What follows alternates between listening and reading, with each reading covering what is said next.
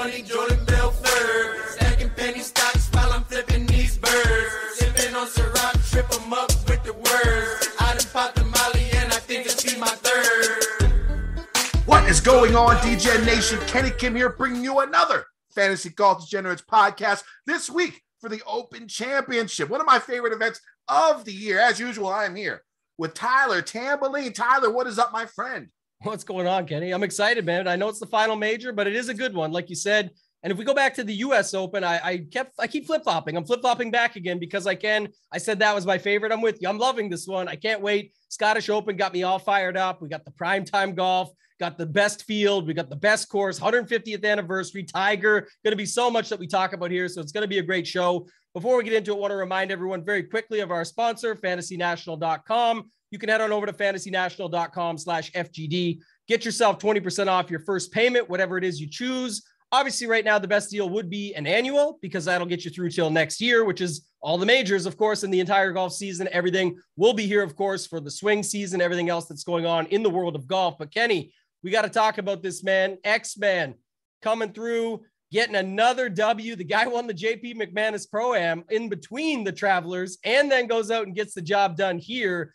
Not much of a contention on Sunday, really. I mean, Spieth, I thought, was the only guy. I guess it was cool to see like Kitayama and Tom Kim and those guys get in the mix, but just down the stretch, still felt like X was going to be able to grind his way through it and get the job done. So good for him. He's opened up. I think the funniest thing I saw today was the tweet that came out after. I forget who put it out, so I apologize, but they said Theegala is the kingmaker, the crown maker. When he lost at the WMPO, it was Scheffler that got the job done in the playoff against Cantlay, goes on a heater, goes on to win the Masters, 3-4 wins, whatever it was, goes on from there. And now Theegala had his problem down the stretch. X put the emphasis on it with the birdie putt there at the Travelers. And now he wins that, the JP McManus Pro-Am, which is a big field. I know it's only a charity event, 2 days, whatever, but still, just a note of focus. And then he goes on to get the job done again here. So what do you think of X? What do you think of the event? And then we'll dive into it even further. Yeah, I mean, basically three straight wins for Xander. I mean, you can't really deny what he's doing right now. The floodgates have been open. I don't see anything really stopping it. The game is looking solid out there. These past couple of weeks that he's played, plus winning that Pro-Am event with a pretty strong field. Now it was Pro-Am, so it's not that serious, but still he got the W. I just loved watching Links golf. It's just so refreshing to watch. Like the shot that Spieth had, it was either Friday or Saturday. I think it was Saturday when it was on that par 5. And he's in the rough and he's about 220 yards out. And, if he hits it if he flies it onto the green, it's going to roll, way past the green over. If he tries to roll it up, there's a huge mound in front of him. It'll be impossible to control where the direction goes of the ball. So he decides to hit it on the right side of the green with this big old little mound angle wall, hits it up that wall, comes back down, gives himself a 5. I mean, it was an amazing shot, 5-footer for eagle. He makes his eagle putt. I mean, shots like that give me a fucking hard on, fully erect. After I watch shit like that, it's just so. It's what golf is supposed to be. It adds so much more creativity, so much more imagination than your typical week in, week out Parkland type course you see in the United States, where you just hit it in the fairway, hit it up to the green, make your putt, and go to fuck home. It's just so much more intricate, so much more challenging, so much more mental game. You have to be able to focus on where you want to hit the ball, exact locations. You have to be spot on, and then you have to have imagination.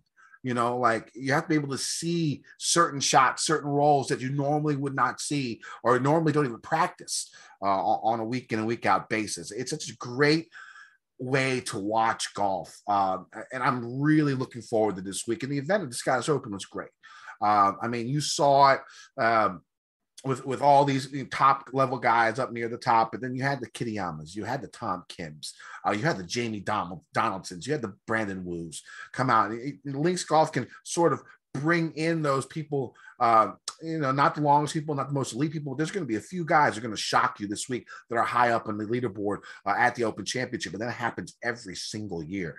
Now, a little worried about the old course and how it's going to handle this new generation of golfer. I think we'll talk about that here in a little bit. But overall, I thought the event was great to watch. Morning golf is good for me now, which is weird now. A couple years ago, I wouldn't get up for these events because I would come home late and stay out till 5, 6 in the morning doing whatever. Now with the typical, 9 to 5 job, I get to watch these events and it's part of my schedule. So I enjoy it. Xander played well. I had Spieth outright. I had 3 guys in the top 10. That I bet outright. Of course, none of them did anything. Hatton was another one. He was just outside the top 10. Fleetwood, Spieth, and Fitzpatrick I had bets on. I had a Detry top 10. Spieth bogey on 18 saved me on that. That was a live bet I added on Friday. He was only about 2 strokes back of the top 10. I think he was in 24th place. There was plus 600. Of course, it chopped bits. So I think I got plus 150 instead of plus 600, but still that helped the week. And then I was top 10 once again in another huge GPP, the $3 birdie going into Sunday. Once again, I think second time in the last 3 weeks. I think my 5th or 6th time this year, and that lineup didn't even finish in the top 250. It's so I didn't take it that hard because it was a 5 to 6. So I would have to have super Sunday Warriors to even have a chance. But still, this game is heartbreaking. You think you have so many chances, and then you just get disappointed. And now I'm at the point where, whatever, I'm not going to sweat it too much, especially for a 5 to 6. If it was 6 to 6, I probably would have sweated a little bit more. So a bit frustrating there. Now, also, I had half of my cash right on the number, and the other half didn't. Only with 3 of 6 this past week. And if Fleetwood did anything on Sunday, one more birdie by Fleetwood, one more birdie by Hatton, I would have cashed in all of them. So it wasn't like the worst week possible. I could have lost a lot more, especially considering that like half the people I rostered missed the cut. You know what I'm saying? So I can't really complain that much for like a 30% loss on my bankroll this week. It could have been a lot worse. So I'll take that. I'll go into this week and we'll see what happens. How was your week this week, Tambo? Pretty similar, actually. I was saying before we get on the show, got lucky today. I had a regular slate, a classic slate lineup, 6 to 6 with Fleetwood in it. And so that run by him, it could have been even better. I'm sure we'll talk about him more when we get into the Open here for this week, but just in general, closed the door on me for getting me back to the big show, get back to the mega, the big 44 next week. So excited about that. Last 2 times I've got to get into it through just a cheaper buy-in satellite to get in. So solid that it's going to be next week, get the last one of the season, chance at a milli. But the leaderboard stuff that you talked about, I thought was good too. Like partly because the co-sanction factor, right? We had more Euros in the event. We had sort of a good setup where you see like, you mentioned Donaldson, but like just going down like Burmeister, Dietrich, Rasmus Højgaard, like all these guys too, Scrivener, these dudes that you just don't see a lot right up in the mix. And then we had a bunch of guys exit on Friday. So I'm wondering, we'll get into it when we talk this slate, but I wonder how that's going to affect some of the other guys, because like the Schefflers, Morikawa, Hovlands, JTs, like JT withdrew with what he said was a back injury. We don't know what it was.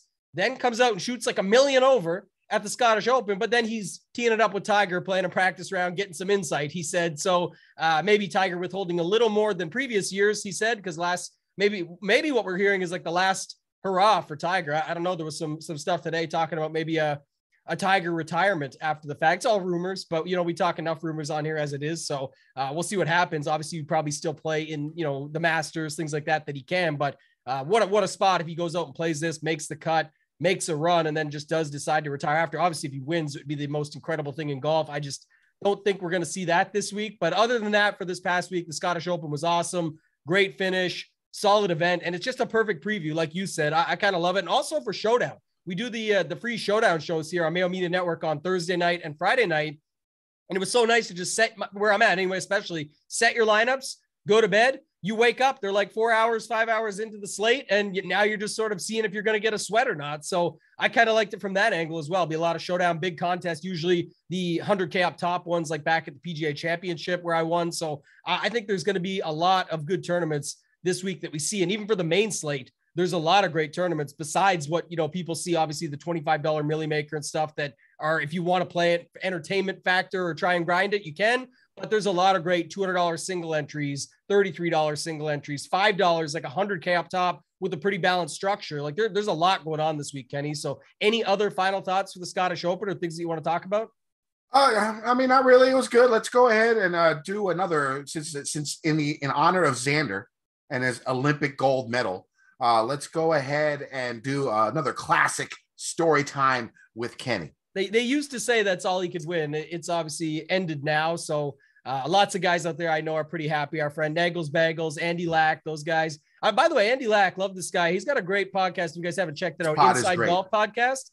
A couple great. I listened to it this morning. I think you guys should all go check it out. There's a couple really key points on there that he had for this week that I'll bring up when we get in sort of the breakdown. But the one that I loved up front was for sure talking about how the bunkers in Europe are more penal than in the USA. They're used for mainly just like a sore site out there, like to try and mess with you going off the tee, but not really a penalty. Like he called it out. I think it's true where guys are like, please go in the bunker. I thought that was a great line. So shout out to him. But I mean, just such big fans of Xander for so long. So I know they're happy to see this. You talked about it on Twitter the other day. Floodgates are opening. So shout out to those guys. That's pretty special when you got a player that you just root for so hard and they go out and just start to crush it like this. So that's awesome.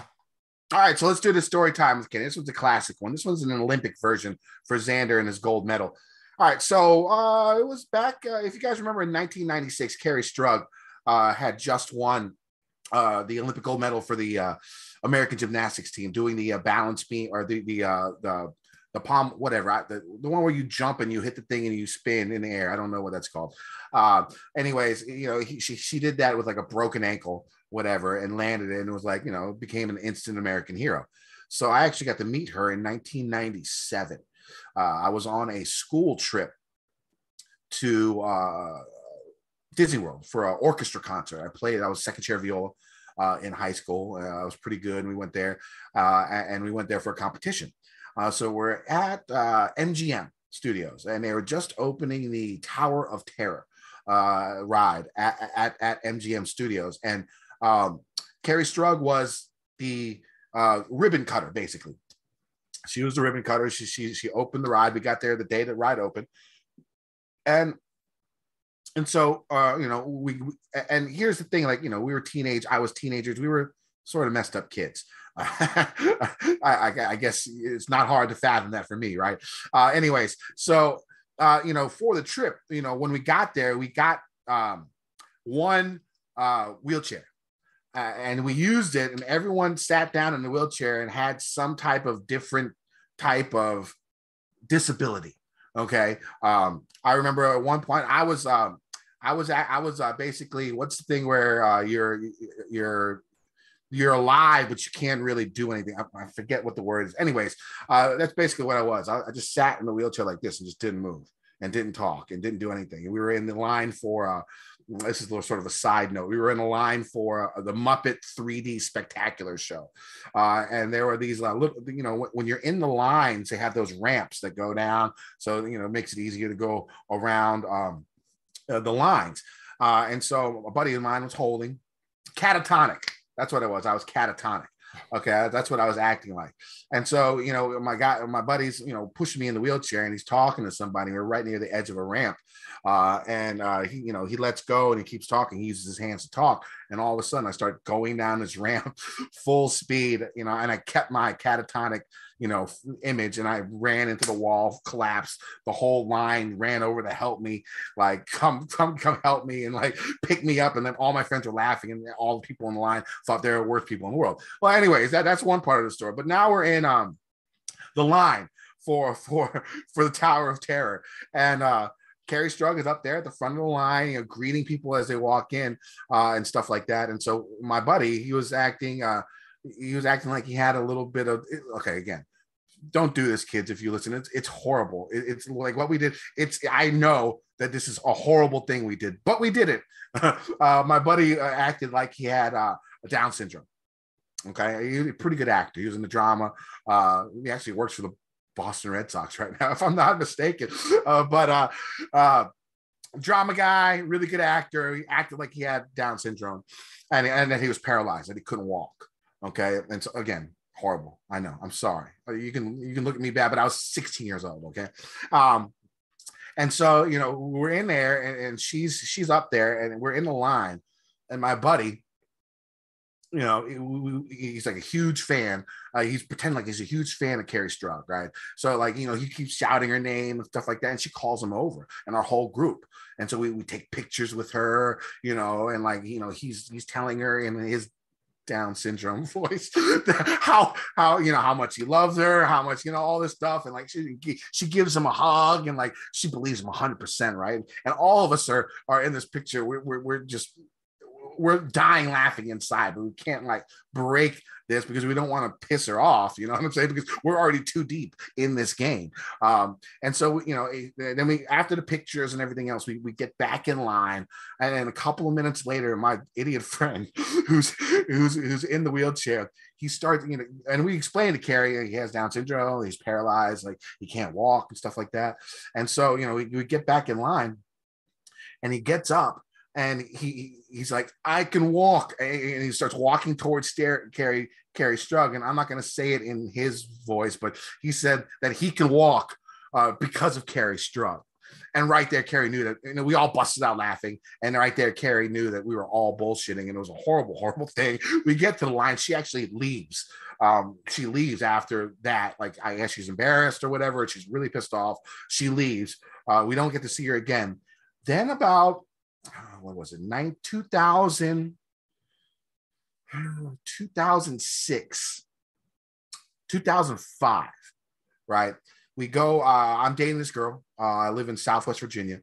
Her sister is the head of the Commonwealth Games, the Commonwealth Cup, or Commonwealth Games in Virginia, where people come down and they do all these little, not Olympic style, but different sporting events for medaling and for competitiveness. And the keynote speaker before the event started, I get to go because I'm dating, the girl I'm dating, and her sister's the head of this event. The keynote speaker was Carrie Strug.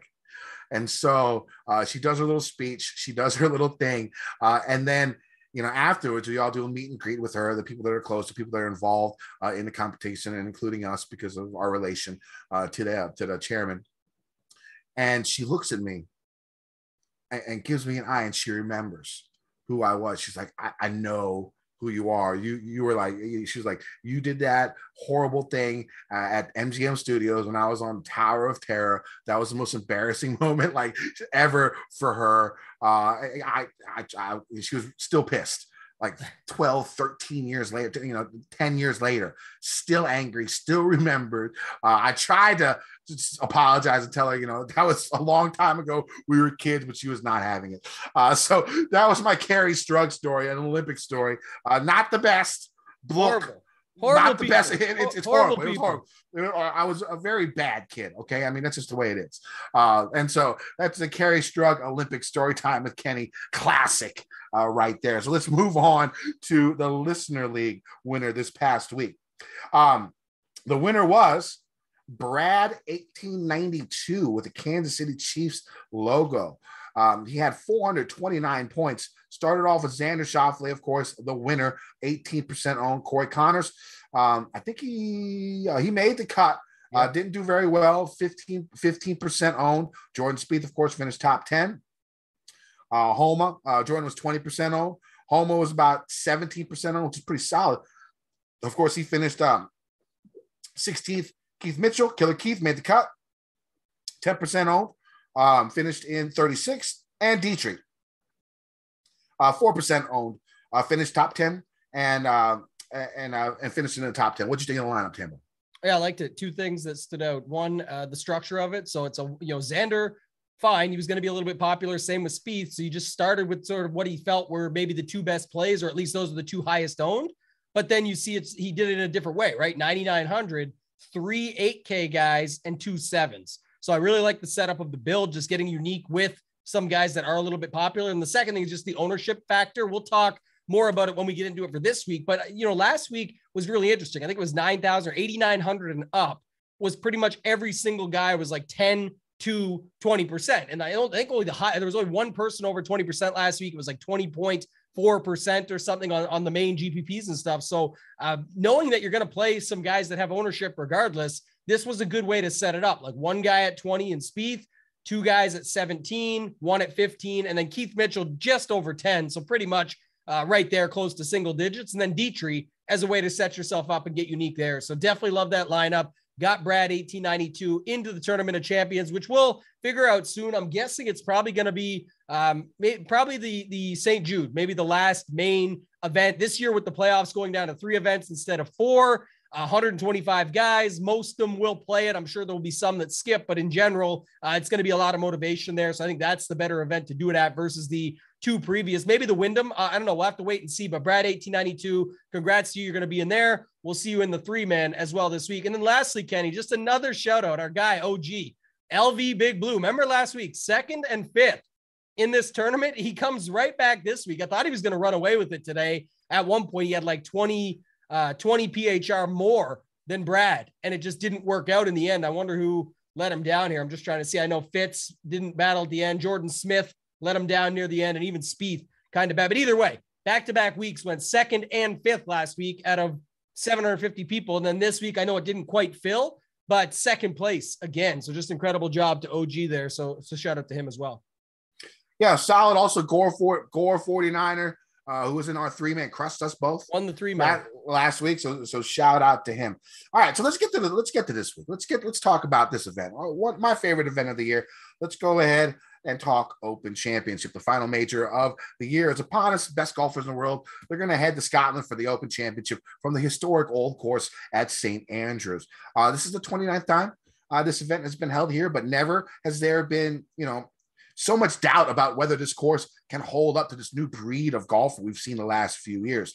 Historically, this course has somewhat even the playing field between bombers and short hitters, but with the new equipment and aggressive mindset off the tee by this new generation of golfer, it's possible we see length play a bigger factor in the outcome of the event. There are 7 par 4s. That are possibly drivable, all under 400 yards at this course. In 5 of the last 6 times the event has been played here, the winning scores have been much lower than most Open Championships in the past.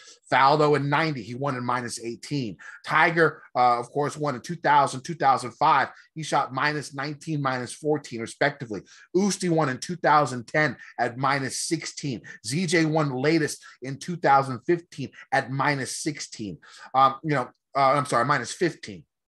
If the wind is not crazy, it's possible we could see a shootout of epic proportions never seen before at the old course before, and a winner in the -20s or better range is possible. Tambo, before I go into the weather and the meat of the course, how much of a factor do you think driving distance will play this week?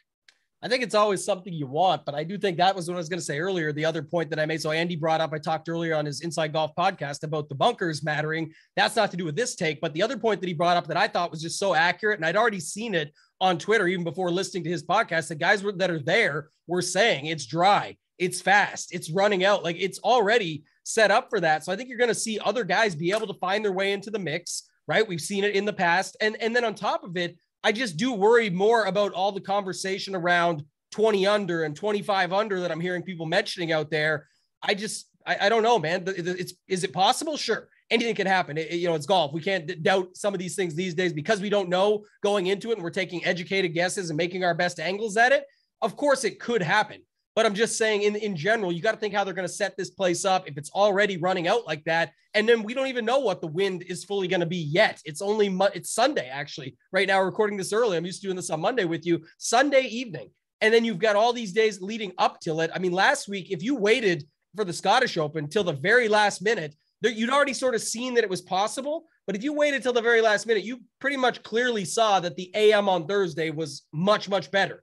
It kind of worked out even better as the days went on, that it ended up being, I think, a 2-stroke advantage. And look, it didn't all work out for DFS purposes because people still played Herbert. They played Scheffler. We had guys that missed the cut anyway that were in there and guys that just did horrible. And then guys from the other side of the wave that still did well. That's what these strength of fields will do for you. But in general, just looking at it, I don't know if it's going to be this complete massive birdie fest that everyone just auto assumes, bomb and gouge, let's go crush, tear this place up. because I think, like I said, just from looking at the people that are there and talking about it now, I don't know if it's going to matter as much as people do think. So driving distance matters, Kenny, to answer your question.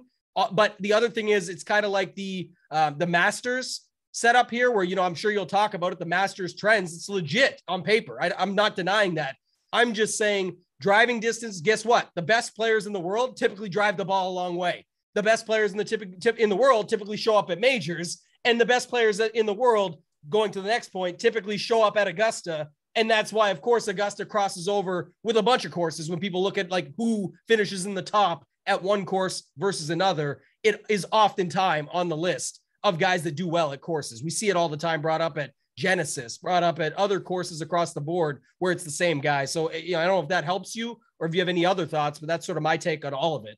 I mean, the thing is, if you look at the last, 5 of the last 6 times, I mean, those are, not your typical major scores. -14 would be the lowest in those 5 of 6, all the way up to -19 with Tiger in 2005. So, there's a sample size already, and it's not like there was no wind in all those years, right? It's not like it was soft conditions in all those years.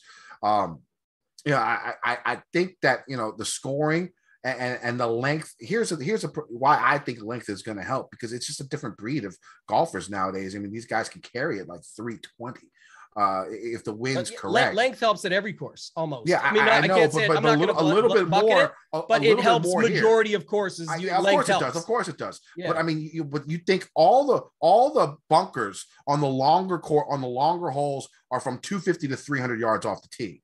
All the bunkers on the shorter holes are 225 to 300 yards off the tee. These guys can shoot over that easy. They can carry the bunkers, and that eliminates a large amount of trouble, because the pot bunkers are the biggest offense, off the tee. Because and the rollout. So you hit a iron down there, and that could roll and look good, and it hits some crazy mound and do some crazy spin, wild maneuvering, and go straight into a bunker. If golfers want to, they can fly these things. And the course really, I say this later on in my preview, which I'll go back to, but the course is 7,300 yards. It probably will play 6,500 yards. Yeah, it plays way less for sure. Probably 6,500. You know what I'm saying? Yeah. And so, of course, that's going to keep the shorter hitters. If the shorter hitters have a good iron game, links experience, and a good short game, they're going to be able to compete. There's no doubt. But I just think that, especially if the wind blows, you would expect the shorter shot to hit a low shorter shot is easier to control than something from 150, 50 to 60 to a 70 yard little chip, or even shorter than that, low lining, play that ground game. Like we saw this past week at the Scottish Open, which we'll see again this week. Those are going to be easier than 150 shots, 150 yard shots that you got to do the same thing with, right? And the thing is, the fairways are huge. The rough isn't that bad. You have to miss really wild to get into that higher fescue, or unlucky to do that. I mean, this just screams bomber to me, and more than normal. But I think so will the plays that when you go into the guys that you like in the ranges, when you start naming, if you like Willie Z, he's got distance now. If you like Tony Finau, if you like, some of these guys down there, they're all either long enough or very long, where just focusing on just that is not the case. No, of course you can't just focus just on that. But like I said, driving distance, sure. Yeah. I wouldn't even put it as a tiebreaker. I'd put it up there as one of the top 3 or 4 things I'm looking for this week, probably 3rd or 4th. The stats that I have that I'm looking for mostly this week are going to be around the green, tee to green, par 4, and then driving distance. It's hard to allocate strokes gain approach in this type of an event, because you're hitting different types of shots than you normally would hit on a regular PGA Tour, regular PGA Tour approach shots. You're just hitting something full up in the air. So using too much, I actually have strokes gain approach as my 6th stat that I'm looking at this week, just because it's hard to quantify how these golfers are going to play these holes, how the wind is going to affect them, their play and their approaches. And so I'd rather focus more on the par 4 scoring. I'd rather focus more on driving distance. I'd rather focus more on around the green type play. And that's how I'm going about it this week. But I do think driving distance is going to be a factor. And I think you're going to see a lot of guys out there. And the thing is, forget the elite guys. I mean, if you're going for like mid-tier or lower guys, like I'm in on Bryson this week. Wyndham Clark is another guy that I can look at and see who can do it because he hits it so far. I don't even know if Cameron Champ's in the field. If he is, that's somebody else that I would look at, that are just going to be lower price and not elite golfers. Of course, the elite golfers, most of them all hit it long. Even if they're not long, they still have a great chance because they're elite. But when it comes to the mid-tier and lower tier, I'll be looking a little bit more on this driving distance. I think it's going to be important because I expect 7 par 4s could be drivable. If it's as firm and fast as golfers are saying it is, the 7 par 4s are drivable.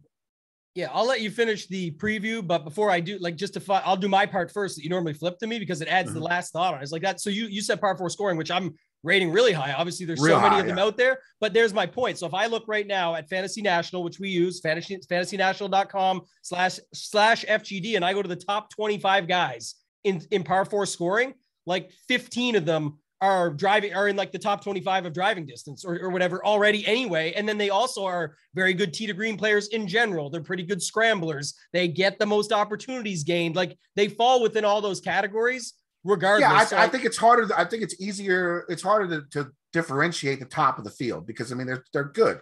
I think when it comes to the middle and the lower part of the field, this is something where you can look at and gain an advantage, in my opinion. And this is what I was going to say, the final point, because I don't disagree with you, but if I go flip it now, that was sort of by par 4 scoring, just to notice all those guys with the good driving distance. But if I flip it now to just driving distance, of course, Bryson's number 1, but how do you think the rest of his numbers look?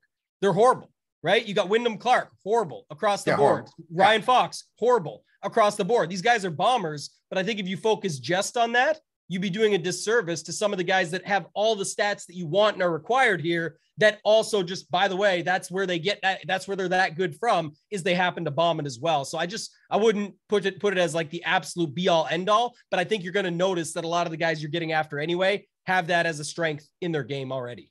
Well, I mean, and another thing is I think we're going to see a lot more drivers off the tee than we normally do here as well. I mean, back in the day at the old course, it's iron off the tee, 2 iron, 3 iron off the tee, keep it low, let it ride. But, that's just not the way the game's played nowadays, especially for a lot of these golfers, in all tiers that we're going to go through. I don't know. I expect most things in life, it pays to be aggressive. I get where you're going with it, and the same thing. And like, again, we're waiting on that. Weather was the other thing I was going to talk about. Obviously, we've already mentioned it. That's the next topic. Yep. We're waiting to see how many of these par 4s become drivable. Is it 6? Because like you said, that's going to matter. But like I said, again, I still think a lot of the guys we're going to like anyway can drive them if they want to. So it just depends on who wants to be aggressive. And again, in any major, Kenny, we talk about this at all of them for many years now, of the mentality of some of these guys, right? Some of these guys are, make poor decisions down the stretch, and that affects 2 things. 1, decisions to maybe go for it when they should. 2, closer is not, thing. Some people don't believe in a closer, but the point would be that also affects things down the stretch. If they're not going to continue to play the same way on Sunday when they're trying to win as they did to get them through the first 54 holes, that's sometimes a problem. And that's why guys don't end up in the winner's circle in some cases. All right, let's talk about the weather. Weather, the main defense of the course. I would think the weather is going to be the main defense of the course. Yes, they're going to have to avoid the pot bunkers, some long wispy fescue, and 3 putts on these huge greens. But it really is the weather that is going to decide how difficult the course is going to play. It's been a historically dry summer so far for the east coast of Scotland, where St. Andrews is located. We got a glimpse of how dry the conditions are and how it can affect the course this past week at the Scottish Open, where golf balls, were rolling out 50 plus yards in the fairways and getting large first tops in the green. The massive rollout will make the wide fairways much more narrow, but it also gives the big hitters a chance to reach the greens of those 7 short par 4s in a single shot. The early forecast is a chance of showers on Wednesday that could slow the course up some, but it doesn't look like it'll be a deluge, and windy conditions on Thursday should dry the course up quickly. Thursday and Friday look like the worst days when it comes to wind. Thursday calls for 15 to 25 mile per hour winds. Friday, 25 to 35. But this is on Sunday. Once again, all this can change. The weekend looks a little bit easier as the winds are down, but there is a possibility of rain all day Sunday, which will make the course play longer, but will also make approach shots, a little bit easier, a little bit more palatable to do. Now, when it comes to the weather, you just got to wait. We talked about this a little bit earlier. You got to wait till the end. There could be some wave advantages. This is the way, what I would expect if this forecast holds up, where it's difficult on the first couple of days, but then a lot easier on the weekend. I think that could bring a lot of live bets, in a lot of like long shot live bets into the fray. You saw sort of some glimpses of it today, this past weekend at the Scottish Open, where Cantlay came from a mile back, was up there, was one off the lead, two off the lead at one point in time going into the back nine. The same thing with Cam Smith, who had a nice little comeback. Fleetwood with a strong final round, was about 6-7 strokes back. I think you could see that again this week, especially if the conditions are going to be, a little bit easier, little less wind. The pressure usually gets to people on top and people can chase. I think it's going to be a little bit easier for them to chase. Now, let's get to the main part of the course. Old course of St. Andrews, 7,300 yard, par 72, true links course with 2 par 5s, 2 par 3s, and 14 par 4s. Of course, like I said, 7,300 yards, not really the real yardage. It's going to play, I think, around 6,500 yards.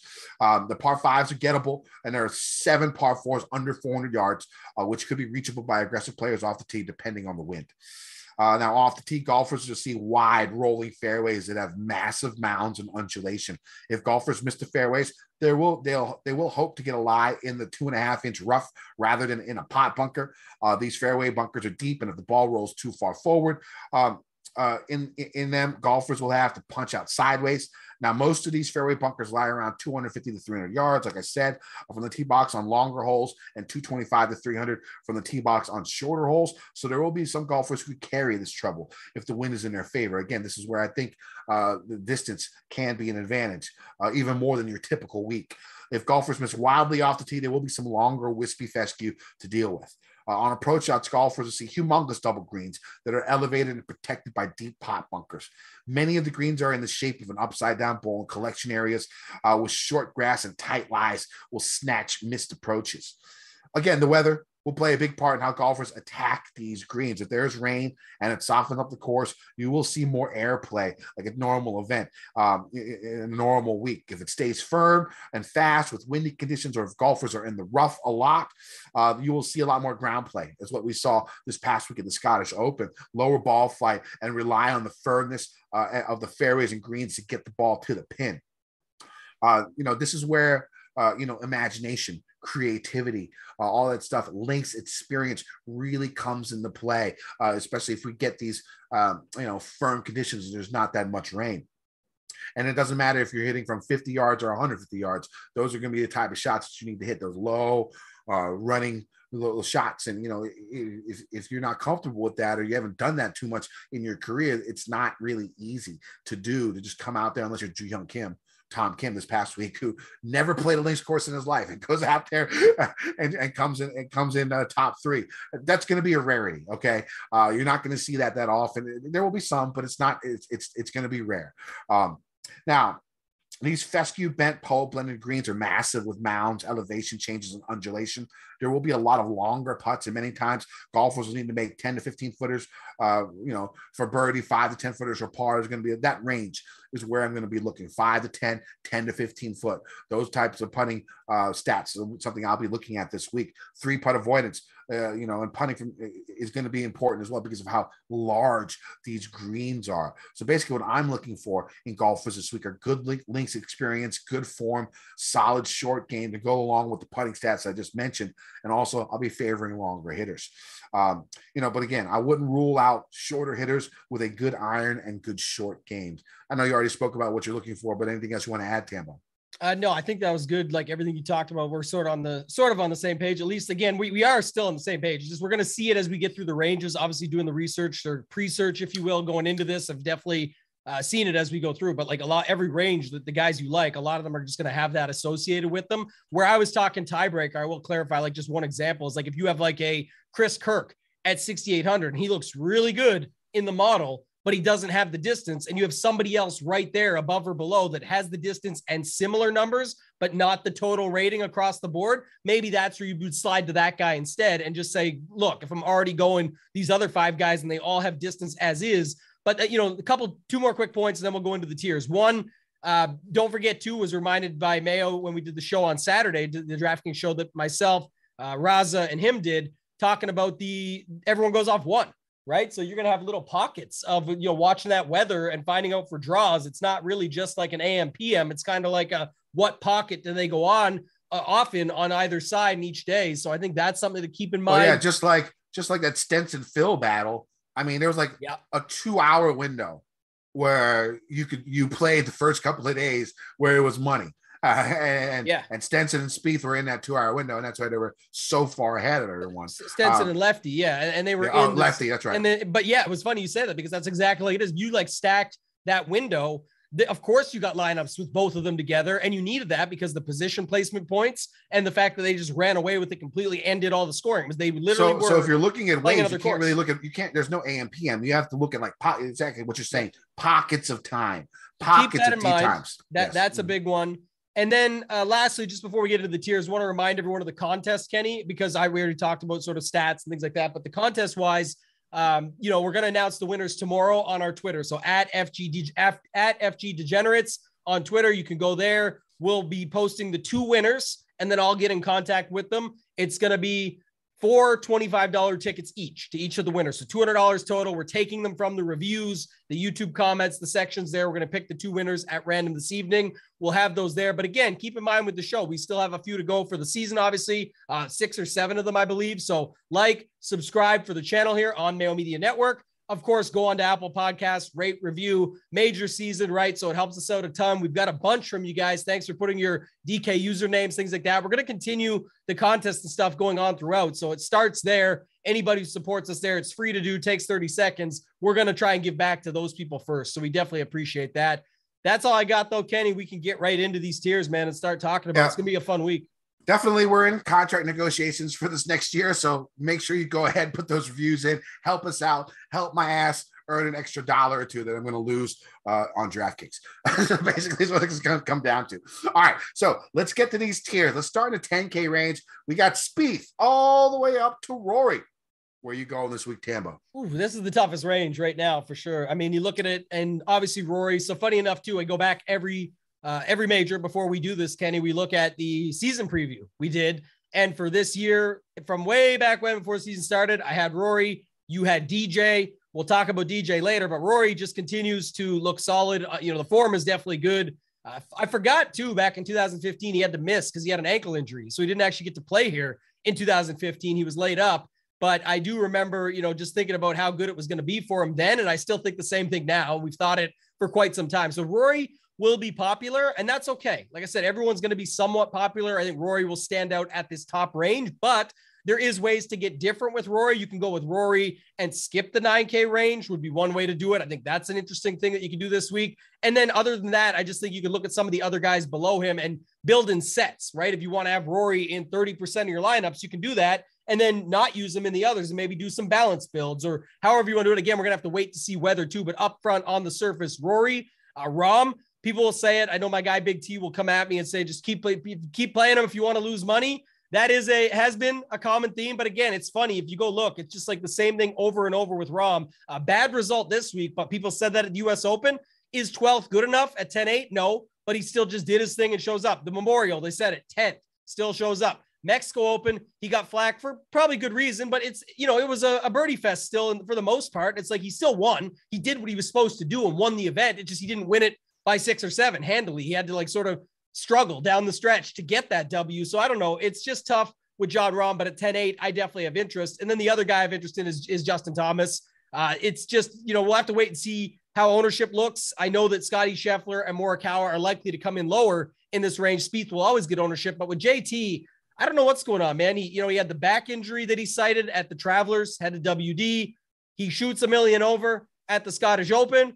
but then he's all smiles, popping up, playing around with Tiger, talking about picking up, tips from Tiger at St. Andrews and stuff like that. So I think they played their practice rounds offsite, but he was saying how he was getting some insight on the course. But I don't want to go away from him. We liked him last week. If people do, that's where I get a little bit more interested anyway, because the ownership factor, because we said it all season. What did we just say last week? What did we just say after the PGA Championship with Justin Thomas was every shot in the bag. He looks so good. He's going to be another guy that can contend at the Open. Let's think down the road with that. So I don't know. I struggle beyond those three, really. Spieth is interesting because he just showed it again this week. He just crushes these types of courses. But, day by day, things will change for the Open. Right now, those three stand out to me on paper. Rory, Rahm, JT, you'll be happy to know, Kenny, if you go on Fantasy National, those are also the three guys up here that are in the top 7 for driving distance. So what do you know? It does pan out that way as well. They're the longest guys off the tee over the last 50 rounds. Yeah, I'm playing Rory. I mean, the best driver of the golf ball in the world. There's no doubt in my mind I'm going to play Rory. He's probably going to be my second highest owned in this 10K range behind Spieth. Spieth just makes it, the guy, magic beans. He plays these links courses out of his mind. He has so much creativity. He has so much imagination. He knows what he's doing on these type of courses. Give me Spieth as my highest owned golfer this week. Give me Rory as my number 2, probably. I'm going to start 75% of my lineups of those two, probably 45-30. 45 Spieth, 30 Jordan. But I think a lot of people are going to go this way too. So if you're looking for different ways to go about it, I think those 4 guys in the middle are going to be a lot lower owned than they normally would be, that you normally see in a major event. I think you can get them all under 15% this week, maybe even 12%. Just because of how popular Rory's going to be, how popular Spieth is going to be, how popular Xander's going to be. And the thing is, when I'm making my lineups this week, I'm still only going to make 60. I'm doing my normal thing. I love the 9K and 8K range so much. I want to use so many of those golfers that I can't really use 3 guys up here because then I wouldn't be able to fit the 9K and the 8K guys that I want. So if, with Rory being 30%, 35% or whatever of my lineups, I can, go him and go him in an 8K range, just pepper the 8K range. With Spieth, you can go 10-9-9, 10-9-8. You can do whatever you want with Spieth starting your lineup. So I'm going to go ahead and go in that direction, but I do not hate thinking about using the other 4 guys. Pick your favorite. JT worries me. Okay. I mean, like withdrawal, then plus 10. Yeah. I mean, form is a big thing, and like, is he healthy? Is he okay? Is he really, I mean, he was out with Tiger, but is he really in full force? Was he really doing what I don't know. We don't know. And then Rahm's just been playing like garbage. Hasn't really been playing very well. Scheffler, that's the one I can get on board with. If I was going to play a third one, I'd probably play Scheffler. Kawa hasn't been playing very well, but Kawa should have been showing up at majors also. So I can get on board with Morikawa. It just seems he's like a baby Brooks Koepka, just comes out, just does well in the majors, and then hasn't really done shit else the rest of the year. You know what I'm saying? So I can get on that. But as of now, it's Spieth and Rory, and that's it for me. Because I'm going to go in and start this 9K range, and I got 2 of my cash game cornerstones right up top. It's going to be Xander, who's the hottest player in the world. You don't really have to think too much about that. The price is, they came out with this pricing a week ago. Yeah, it's too low, personally. So I'm going to go with Xander in cash, and I'm also going to go with Fitzpatrick in cash, because Fitzy, he finished 6th this past week. He didn't even have his A game. That's another thing. Xander didn't even have his A game. He had his B game, C game, and he still won. Once you start doing that, that's a different level. You've seen Scheffler do that. You've seen Rory do that. You've seen DJ do that. You've seen Tiger do that, where they can win when they're not playing their best. And Xander wasn't playing his best in the weekend and still got the job done. And Fitzpatrick wasn't playing his best, still finished in the top 6. So I'm going to go ahead and use those 2 to start my cash lineups this week. But I like a bunch of other guys in this 9K range. I want to play Cam Smith, who had a nice little bounce back after starting a little bit poorly after the second round. I think he barely made the cut. I think he started off like 200 and shot 75 on Friday to make the cut on the number, and then shoots back up and finishes like top 10, top 15. So yeah, give me Cam, give me DJ. He played well at that live event. Could his ownership be down? because of Liv. Tambo, what do you think about that? Well, it should be. And also just look what's here. Like we already talked about it, but you got Cam Smith, Zalatoris, Fitzpatrick, Xander. Not everybody can be played. So, 24th at the US Open too wasn't, a slouch performance. It just wasn't the best for what you expect from DJ, but it wasn't bad. And I think DJ is interesting here at that price. So I wouldn't hate that either. What are you doing with Willie Z this week? I'm playing Willie Z.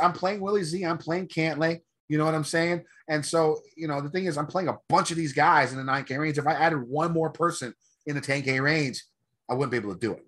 I just wouldn't be able to play all these guys. And the thing is, you can, after you do the Rory and Spieth start, I got 25% left. Start some with Xander, start some with Patrick, start some with Zalatoris, start some with Cantlay, and just wind it out that way with those uber balanced lineups, because the field is not weak. It's a strong field.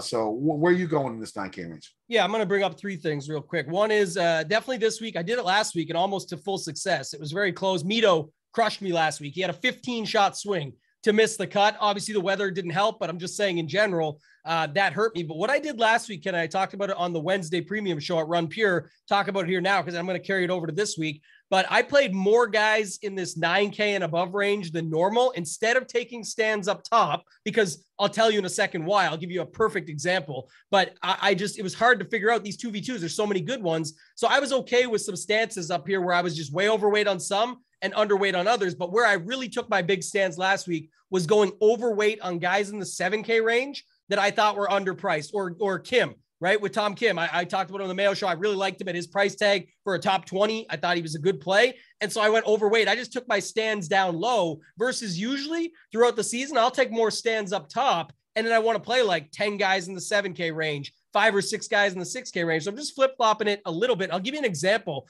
before I go into the 9K range and talk about Patrick Cantlay. Remember what we said at the start of the season, Kenny? Do you remember who we said we should always play at majors? Where there was 2 guys, we said maybe we should just always play these dudes at majors. They're not who you might think they are right now from a form perspective, but they're 2 guys in the 10K and above range. Do you remember who they were? Rahm and Kawa. Yeah. Right? We would say, why don't we just play Rahm and Morikawa at all the majors? Forget their form, forget what they're doing. They just show up at these majors. And unlike Brooks, who most will say, because of the injury, the live stuff, everything where he's not performing like he used to, these guys are still performing, and in majors especially. Now, here's the thing about a 2v2 for you.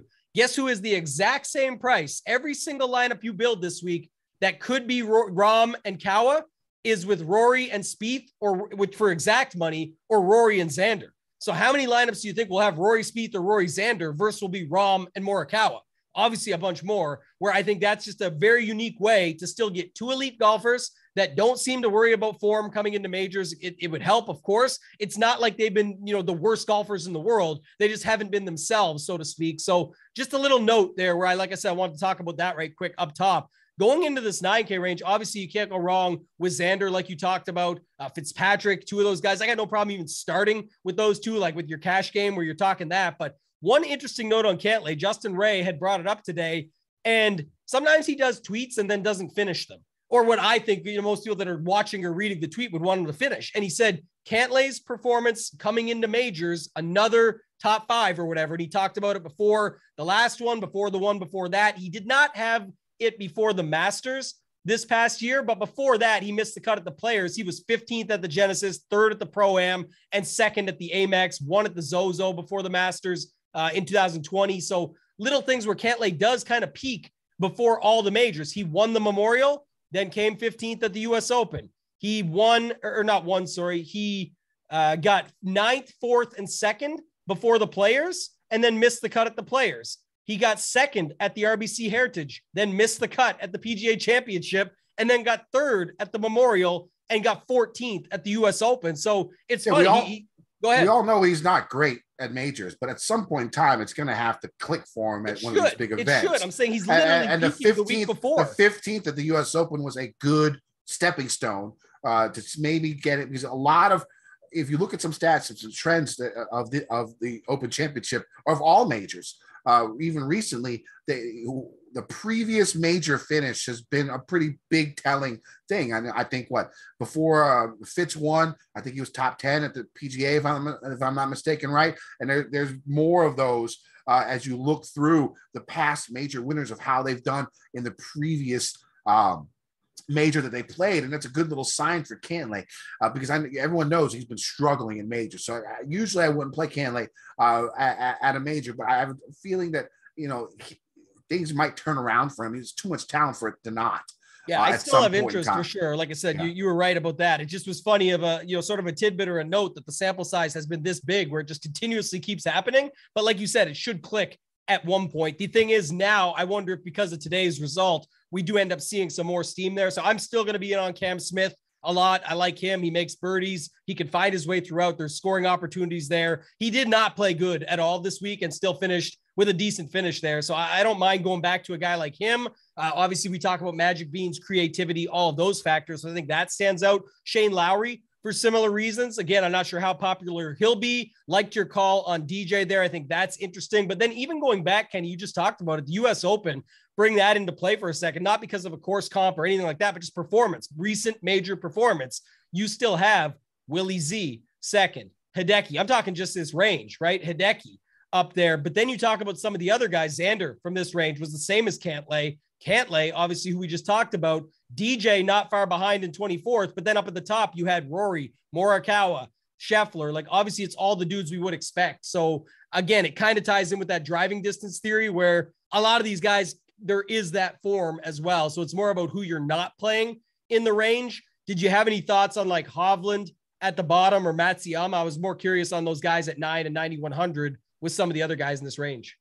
No, Hovland, maybe Hideki. We'll see. One stat I did forget to talk about, Xander, another Justin Ray stat. He's the sixth player in the last 10 seasons to enter a major coming off back-to-back PGA Tour wins. The other five and their finishes, 2013 Tiger Woods at the Masters finished fourth. Rory at the PGA in 2014 won. Spieth at the 2015 Open finished fourth. Day at the 2016 Masters finished 10th. DJ at the 2016 Open Championship finished ninth. So all five of them finished top 10. Yeah. Came into this event with back-to-back tour wins coming in to the Open Championship or to any major.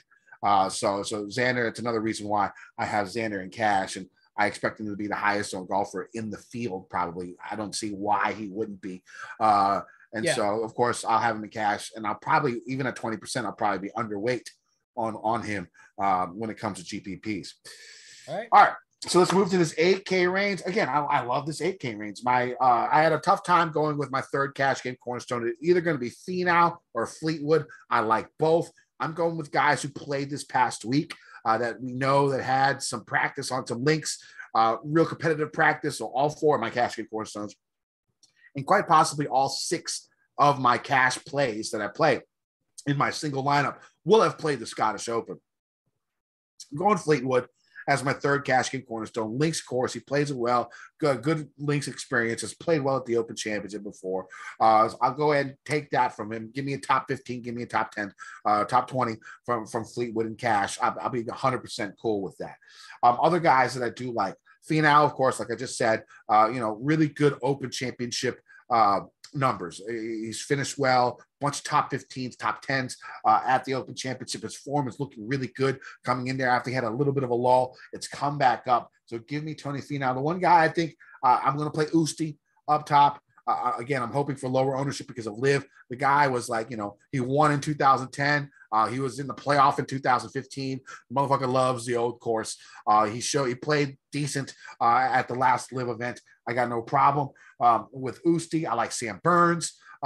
His numbers seem to look pretty well. He can putt. He's long enough. 3-putt avoidance above average. Par 4 scoring above average.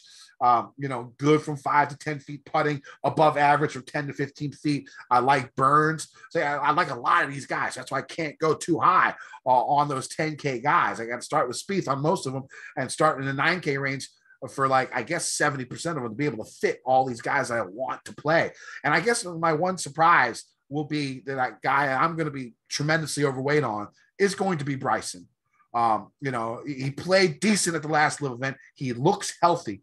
It was the big thing at the last Live event. It looks like he's healthy. It looks like he's still pounding the ball out there as far as he wants to. He finished top 15 at Live Portland. A little bit of momentum. I know, of course, it's nothing compared to a PGA Tour event currently when it comes to strength of field, but still, it's a nice showing that he went out there and had a little bit of life in Portland. And I think, we saw it when he won the U.S. Open in Winged Foot. He does things a different way. And I think, that way of just pounding it out there, I think it could help. And I like Bryson a lot this week, and he'll be 5-6% owned. Probably. Yeah. Definitely a potential field play, like you said, that I could see why people will go there just because the price too. It's not like he's 9,800 and you have to make a decision. He's less than the average. He's $8,100. So you can definitely get him into your lineups. I got two things on this, just as a range in general. I'll name some names, but just in general. First is, like, if you're building, like I was talking earlier, like in sets, I could definitely see building lineups where you just either pound this range with like a Rory with 8K guys to get unique with your Rory lineups, or like we saw the Listener League winner use Xander at a very similar price last week to this and just skipped over all the other 9K guys that you would play with them and went right to the 8K range here, and then dropped down to just using 2 7K guys, not having to go too low. When we get to the 6K range later, you'll hear, but there's not a lot of guys. There's guys you can make a case for, but it's not a lot of, they're not expecting necessarily the same thing as this week, where a bunch of them creep into the top 20. So there's that. The second thing would be, Kenny, I could definitely see this range being like the trap range, right? When you do just think out loud for a second, Burns has been like Cantlay. That 27th of the U.S. Open was great, but hasn't been great in majors. Louis O getting talked up, but it's a different setup. You talked about it. If there's going to be more guys bombing it out there and it does end up going that way, is that Louis' game? Last time here, obviously crushed. Time before that, won situational stuff, but just naming it. And he sounds like he could be more popular than people might think. Everyone just assumes he's not going to get the ownership because of that, but the buzz is more around how well he's done here and how he has played good. He went 5th and 10th on the live events. In between, he did play a Euro event, a DP World Tour event, I should say, and finished 8th at the BMW. So I think that's the thought. And then you've got Hatton, who always has like a top 20 in store for you, but and he's got the Alfred Dunlink stuff that they're going to talk about here. Fleetwood got that classic Sunday round that we just watched. You talked about it, hitting every green where it's looking like, and he couldn't even make the putts, where that's going to bring ownership. Finau, people always like playing him. I bet him. I saw 60 on him today. We'll get to our bets later, but there's that. And then I don't know about like Im and Connors, and Bryson and Brooks will for sure be low. But then Neiman always gets, Mayo and I have been talking about this plenty on the last few Wednesday shows about the how Woodland, who we'll get to later, Gary Woodland always has a narrative around him, right? It's tough course. He won a U.S. Open. He's long off the tee. Oh, it's windy. He can fight it down with the stinger. We've been bringing this up. Neiman is like a mini Woodland in that sense. So I guess my Neiman question. I'll be playing I like Neiman. him too, but that but low, especially if the wind blows, he has that low piercing ball flight, just like Woodland has, that he can hit the ball low through the wind with force, get it on the ground, get it rolling. It has to avoid the pot bunkers, of course, but I think, but he's pretty long now. I mean, I think Neiman's he's up there in length. He's got to be top 25 in the field in driving distance in the last 50 rounds. You can't really take that with a grain of salt with all the foreign players that we have here, but still fairly long, short game, solid. So yeah, I like Neiman. I can get on board with Neiman. Yeah, I could just see, like I say, where this range comes in and does screw people. But for me, the guys that I would name, I've got interest in Neiman, Finau, Louis, and Burns. I just think those are the 4 that would stand out to me right out of the gate. Obviously, Fleetwood had that round. Im, Connors can show up anywhere at any time, but I've got more love for the other 4 that I mentioned, so I would name them. Bryson, like you said, is the interesting point because of price. If you think, that he can come around, obviously he's not going to have much ownership with him at all. Did you talk about Brooks much? I mean, you went with Bryson there instead, but Brooks in a major. Yeah, maybe. I don't know. I think that's over and done with, right? I mean, we got to see. We think from so. Him. I would. Yeah, think we got to so. see something from him, but it's Brooks. You never really know, and you're going to get him in low ownership once again at a really discounted price comparatively what he usually is at a major. Could be worth a look, but I don't know if I can get there. We'll have to see how my lineup configuration goes about, and if I can. Oh yeah, only reason I brought it up is because the one thing I would say is I know, like, just in general, his major history is so strong. Again, that's sort of past. I understand, but I'm saying my point would be the same points that you and others will make on Bryson was that he looked healthy. He played okay in Portland. Brooks did the same thing, right? Like Brooks was okay in Portland. He was sort of there, and now he's only $400 more than Bryson here, but he doesn't bomb it the same. But if you look at sort of all around stats and think long-term, it would still pop out because of his major history that he would probably be the guy. But I get why people would go to Bryson based on the driving distance angle. All right, let's go to 7K. I'm playing Homa.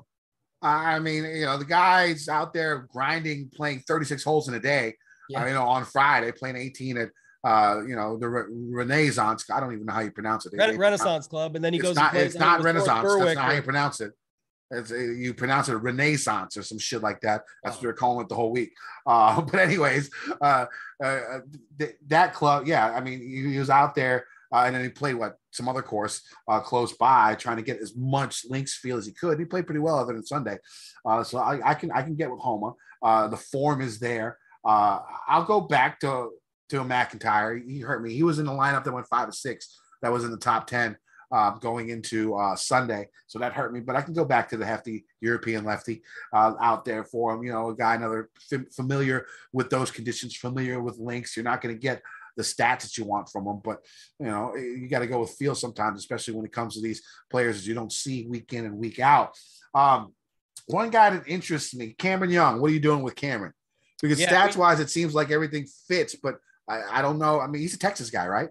I mean, he should be used to playing in a win. I'm not 100% sure about that. Don't quote me on that. But I sometimes I get a little iffy about playing newbies. I know he grew up. I think his dad's like the PGA pro at place in New York. Yeah, he's from New York. That's what I thought. He's from New York. Like Shadow Creek or not Shadow Creek. I forget the name of it now. Someone brought it up to me in the past, but it's New York where he's from.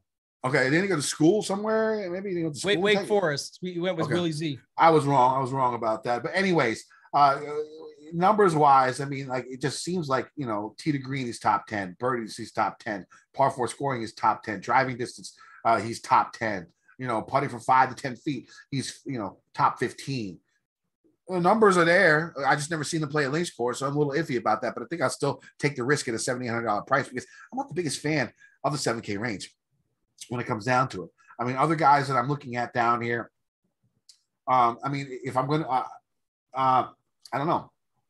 Rosie is interesting. He's had his ups and downs this year, but he's been playing pretty damn well at the majors so far this year. I could use Justin Rose. Taylor Gooch just interests me as well at $7,300. Again, solid short game. When it comes down to a really good short game, really good 3-putt avoidance, top 3 in both of those in the field in the last 50 rounds. Approach game is solid. No one's going to roster him. I like Taylor Gooch. Patrick Reed's another guy who played well in his last live event, who could scramble his ass off.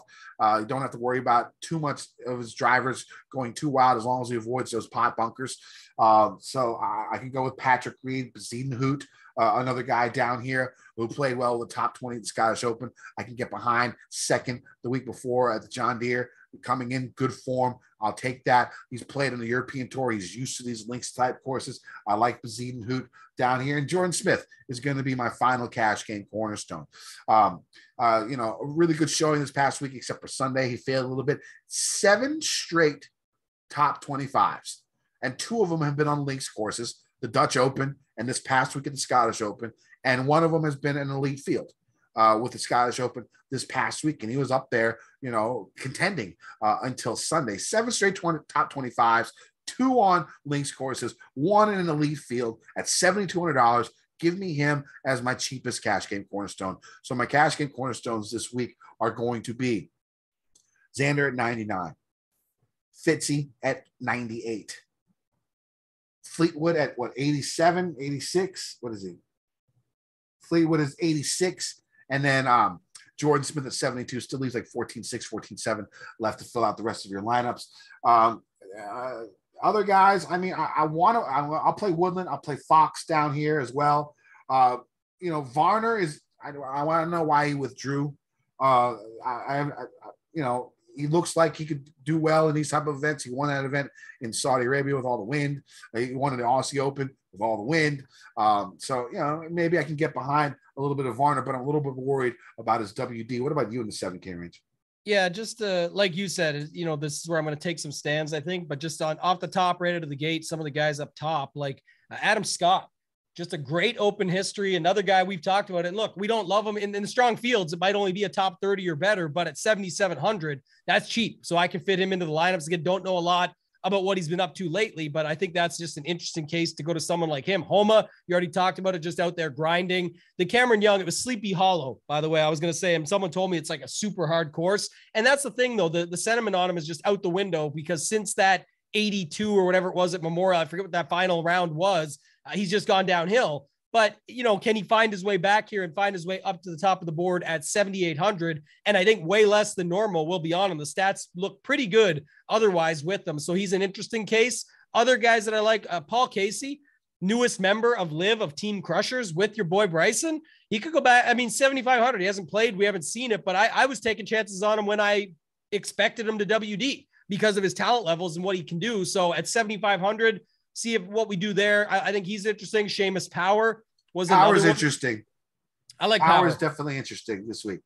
Yeah, just looking across the board with him, almost all the stuff pans out pretty well. In par 4 scoring, he's very strong, very good scrambling, DraftKings scoring in general. He's above average in every stat I'm looking for in this field. And at 7,300, 7,400, if you're above average in every single stat that you're looking for, that makes sense to me. And I'm going back to Mito. Like I said, that's, a little bit of bad luck. Obviously, he couldn't play his way through it. The funny part about Mito is it's back-to-back events now. So if you remember, it was 2 events ago where he shot like randomly +6 on the first day, one of his first bad rounds since that PGA Championship letdown on the 18th hole.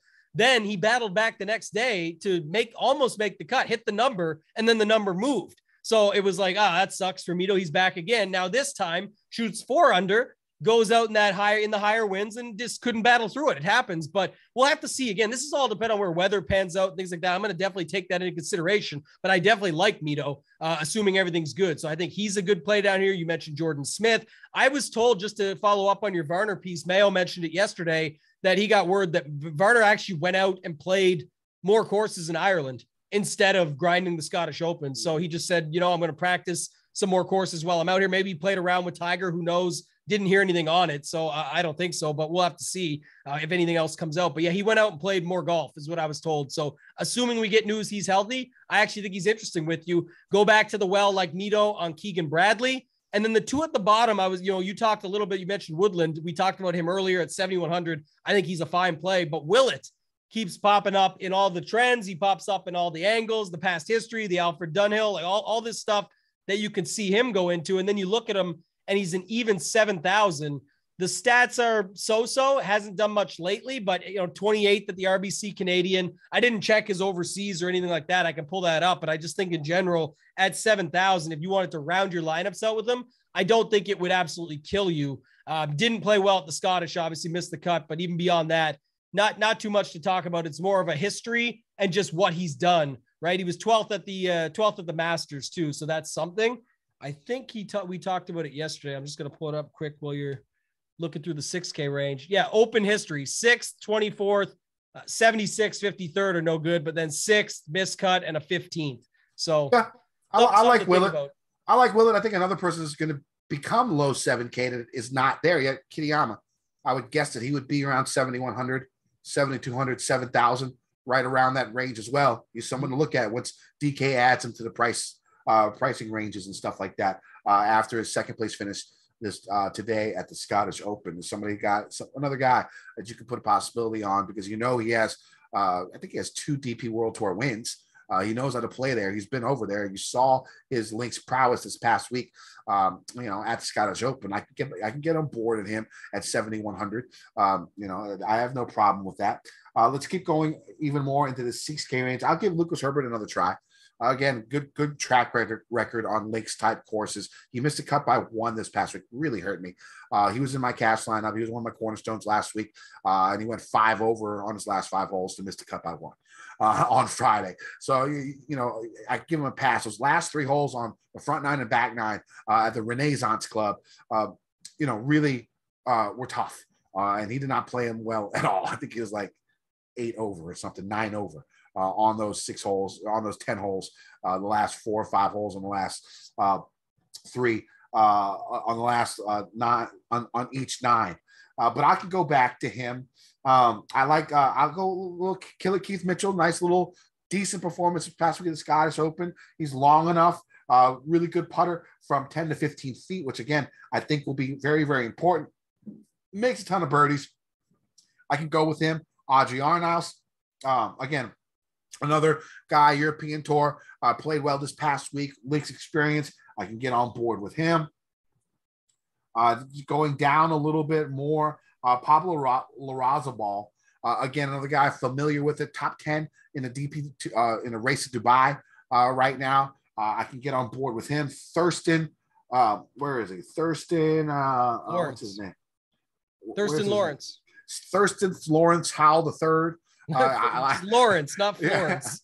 Yeah. No, I like Thurston Lawrence Howell the third. Isn't Lawrence Howell? Isn't that Thurston Howell? Isn't that the guy from Gilligan's Island? I think it's Thurston too, actually. Just look. Whatever. It's close enough. He's top 10 in the DP World Tour standings. Race to Dubai. Had a couple of good, strong finishes here recently. I can get behind him as a cheap price. Again, another guy, if you're looking at driving distance, Wyndham Clark down here at 6,600. Once you get past 6,500 and Ju-Young Kim, Tom Kim there, it gets tough. I know Alexander Bjork played well this past week, but when you're going under 6,500, it's not looking that great. I don't know how many I will use under 6,500. I think my cheapest might be Tom Kim. What about you? Yeah, I think that's the other thing too. Like Tom Kim's going to pick up steam after today because here's the thing. Now, here's the thing. If he's chalky, it's such a fluke to play your first ever links course. I think either he gets it immediately and he's like, far and above mentally and creatively and imaginatively better than everyone else, or it was a fluke. This past week. Obviously, he's an extreme talent. The guy just turned 20. We talked about him for some time now, going by, even like most, don't know why he goes by Tom Kim and that sort of thing. But just in general, we know the talent he had. I was talking about last week. I thought top 20 was definitely possible. He was doing it in better strength of fields than most people were paying attention to. Like the US Open, he had like a top 25 there. So it was like, that was sort of some of it coming in that I was talking about. But yeah, I'm with you down here. There's not a lot. Some of the guys you mentioned, like we're on the same page. Thomas Dietrich, another one there. Wyndham Clark, I'm with you. Kim, who we just talked about. Lawrence played well. Dean Burmeister, he's another one to keep an eye on. He finished T10. Not all these guys can get this ownership, but I'm just saying in general, he did play well this past week, and I like him for that reason. Audrey Arnaus, he's another guy that I like there. Herbert, I'll give him the pass with you. And then Haotong, I'll give him a pass too. I know he made the cut. It's not much of a pass. Like I'm just saying, I thought that he could do better than he did. And if you look for the week, crushed it in round 1. Round 2 was still solid. Round 3 was solid. Like all across the board, it just didn't pan out on the actual scores, right? He made some mistakes along the way that also affected him. But I think in general, his game is still in tune. And obviously a recent win that most won't even know about or think of when he beat Thomas Pieters in that playoff, it still matters. And he still made the cut here, did his thing at the Scottish Open, could be saving it up for this week. Morikawa had a rough finish last year, not putting him in this tier, but just to say, like, you could have a bad finish like with Rahm this week. And I'm just tying it into a couple of guys. I'm like, Rahm had a bad finish this week, but if Rahm won next week, it wouldn't surprise you. If Haotong Li went and got a top 10 next week, it wouldn't surprise me. So for a cheap guy down here at 6,900, I like him as well. Nothing else really though, Kenny. I'm with you on this range. Like I said, I think there's lots of ways that you can just build and be unique otherwise.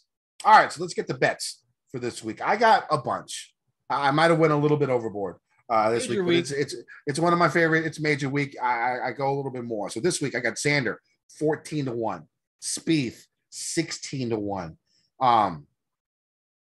Usti 40-1, Bryson 50-1, Homa 60-1, and then I got three long shots. Tom Kim 150-1, Detry 200-1. And Thurston Lawrence Howell III, 300-1. Nice. There you go. Thurston over here. I got a few. One is from preseason. So we talked about this on the earlier season show. So I do have Homa at 125. That's worked out in my favor. I know people were adding him at 80 and 90 today and yesterday. So I'm happy to have that on board. But other than that, the ones I added, so I took Morikawa. I found him, he boosted tonight to 40. I was going to wait till tomorrow to see if he went up with the top 8 each way, but I'm worried that the 40 will go away. So that's kind of maybe a way I can get some exposure. I am still thinking about that 2v2 I talked about earlier, where you've got Rory and Spieth, and you just got to have the balls to say, fuck it, I'm switching it to Rahm Kawa and hoping that they show up and the chalkier guys bust, or a Rory Xander and just take that shot. But other than that, Finau at 60, I've got Woodland at 90 and Mito at 110. So that's my card right now. I don't have anybody underneath 40, so I can still add. I can still wait and see. Like, I liked your call. You can definitely find some guys in play, but overall, pretty happy with the card I've got going in. And then even if these guys, some of them get popular in DFS, at least I still have them for sort of these outrights with top 5 each ways. All right. So for one and done, I actually had Xander in the Carbon Nice. Cup this past week, and I was in 60th place going in to the week. So it should bring me up a pretty fair amount. So with only a few weeks left, we're getting down to the nitty gritty. I think if I remember, it's probably either gonna. I'm thinking about using a live guy. I'm thinking about Usti. I don't have many of the top guys left, but I have Usti, I have Scheffler left. I've Koepka left. I'm not sure where I'm going right now. I'm leaning to the South African Oosthuizen. Yeah, I like you're getting down to the end. Of course, it is the last chance to use a live guy for that matter. So that's like a thing, but not really, because you're getting down to the nitty gritty and you kind of just got to use who you think is going to win. Like, you just got to stack the money. So while Scheffler would seem the obvious, it's if you don't think Scheffler's having a good week and you're not committed to that, then I wouldn't go there. I'd just go with it from that sense. I've only got a few guys left. I'm deciding. I got Lowry, Hideki, and I think maybe DJ that I have left too, but I'll probably just go Lowry, take a shot there and see if he can show up at another Open. I think his all-around game suits it anyway, no matter what conditions we get. Again, if it changes and there's a weather draw or something like that, or a weather pocket, I should say, where we find an edge, then would switch it based on that. But stay tuned. We're going to have a lot of other content throughout the week, of course, Kenny. So I'll let you go ahead there. But people will be able to find if we're making changes on some of these guys or what we're doing. Yeah, we're recording this on Sunday. So, of course, stay tuned to all of our stuff. You can find me on Twitter at KendoVT. You can find my article on gupscorner.com. I already wrote the initial preview for the event. It should be out this evening. Wednesday, I will follow that up Wednesday early afternoon with my any changes to the cash game cornerstones I have. If there's win stuff, this is the time where it could change. Okay. So I rarely ever change my cash game cornerstones, but in this situation, it's possible. Gups Corner, do my cash game cornerstones, my final betting card, my favorite GPP play in each price range. I'll also be on the E9 podcast. Sorry. Gups Corner podcast Wednesday evening. I will be on BetQL podcast Tuesday morning, going over with the Joes over there on BetQL. Also, pretty soon, I don't know when Pat's going to release it, but I'll also be on the next edition of Cuss Corner here on the Mayo Media Network. So that's probably going to come out, I would guess, after the Open Championship, where there's a little bit of a break. So make sure you check that out. It was a fun show. Definitely had a few cocktails and yelled at Tim a lot. So make sure you stick around and you catch all that stuff. Tambo. Yeah, I'm excited for that one. I can't wait. I'd like to say, hopefully after the Open, we got a little lull there. We can sort of just fit it in either way. So I like that. You can find me on Twitter at ToeTag and Tambo. Going to be wanting to follow me there. I'm going to be doing the giveaways this week for the Tambo's Tidbits thread. I'm going to have the mega thread for the major. So I'll have everything compiled, put together there for you guys, set you all up proper. That's all something you can just check out on Twitter free. Add me at ToeTag and Tambo. Of course, over at Run Pure Sports, runpuresports.com. You can use promo code DGEN50. Gets you 50% off your first payment. It gets you in there. You can do a month. Just check us out. Get in the Discord. It's all sports, one price. A couple other things this week. So I'll, of course, be on the Wednesday live show chat. It's 9:15 Eastern in the morning on Wednesday with myself and Pat doing everything. We'll have better weather, better ownership. We'll have everything tied into that. Got the premium show on Run Pure Sports Wednesday evening. And then tomorrow I'm recording with our boy, Mr. Martin at Sundog Monkey. Going to be hopping on his show again there, getting on the Golf Altar Pod, going through our picks and sort of some more from a betting angle, more so there. He'll ask me some DraftKings stuff. We'll go over it and have a little bit more than what we went through on here. I need to hear your music picks there, Tambo. Yeah, he does too. That's the hardest part of that podcast. It is the hardest part. I was on the second episode they ever did. And it was tough. I tried to pick the right music. Yeah, I'm trying just to tie it into the bets. So I'm going to think about some songs for Morikawa, Finau, and Mito. I want to come up with something for Mito Pereira because, like I said, I liked him last week. A 15-shot swing was a hard pill to swallow after day one and how it was looking. But that's why you never count your chickens before they hatch. The day one stuff doesn't matter, especially on these types of courses. All right, so Open Championship, my favorite week of the year. It's going to be fun. Lots of money to be won. I can walk because of Carrie's drug. Let's win some motherfucking money. DGen Nation. I've been getting dirty money, Jordan Belfort.